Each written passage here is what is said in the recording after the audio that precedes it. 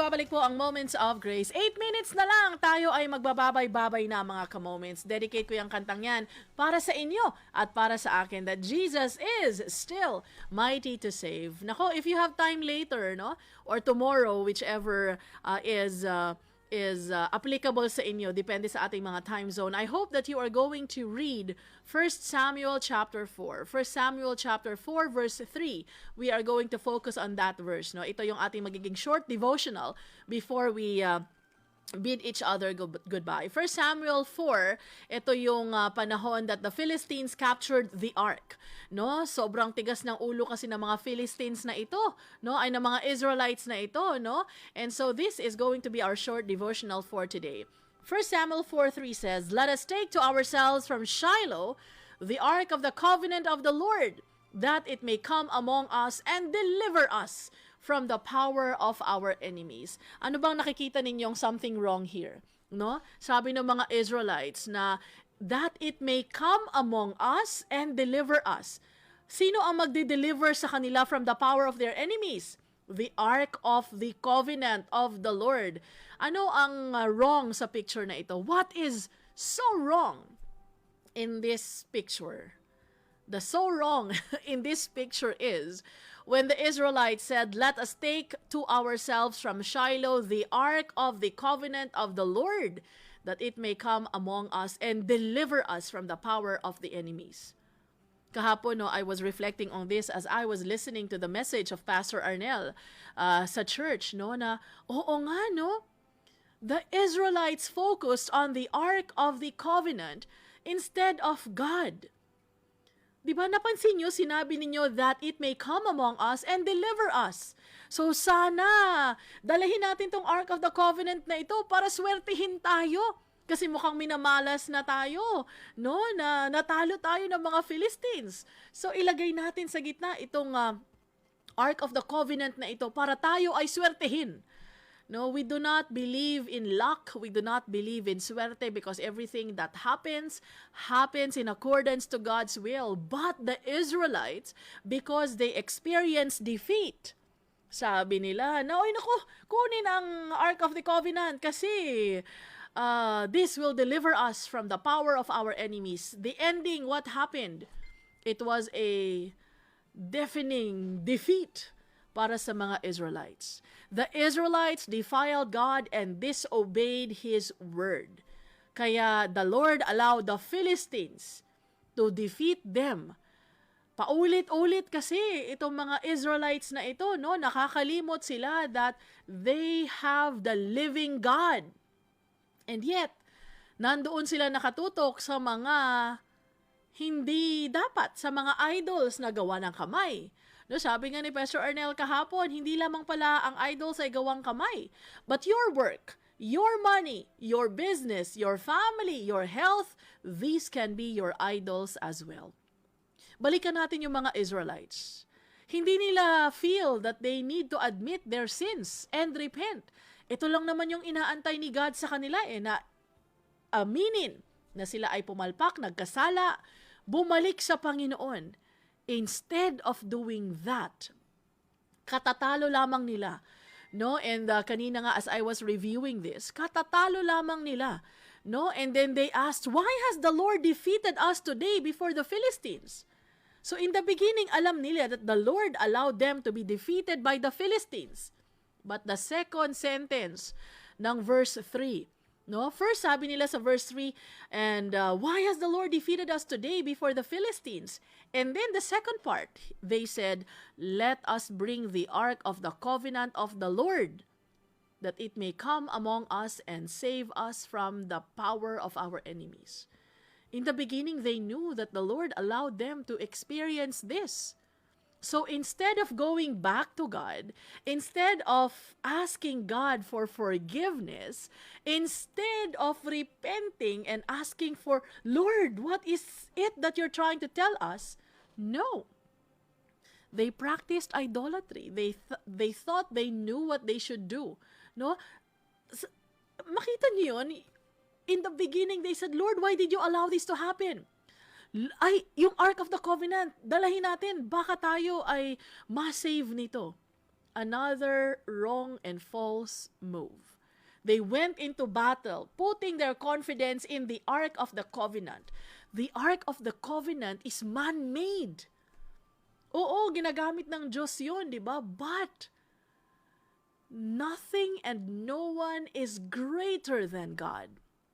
So, dala-dala nila yung Ark of the Covenant. Pumunta sila doon sa lugar ng mga Philistines, no? In verse 5, grabe. They shouted so loudly that the earth resounded, no? Parang, nagka-earthquake siguro nung sa kanilang out of their confidence, no? And the initial reaction ng mga Philistines, natakot. Kasi, nako, dala nila kanilang God, no? And alam nyo, as I was reading the whole chapter 4, no, the Israelites said na, nako, natakot sila because their God is with them.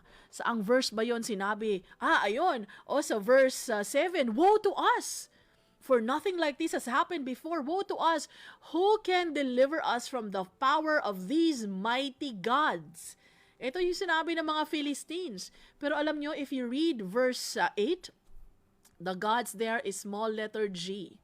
Even the Philistines recognized that the Ark of the Covenant has become the God of the Israelites. No? And sabi nila, who can deliver us from the power of these mighty gods? Kasi syempre, narinig na ng mga Philistines kung gaano ka-powerful ang Diyos, ang totoong God ng mga Israelites, di ba? But then they said, in verse 9, take courage, O Philistines, lest you become slaves to the Hebrews, as they have been to you. So, palakasin yung mga sarili ninyo. Fight, Philistines! Ang nangyari, the Philistines fought, and Israel was defeated. And the 30,000 foot soldiers of Israel fell. The Ark of the Covenant, the Ark of God, was captured.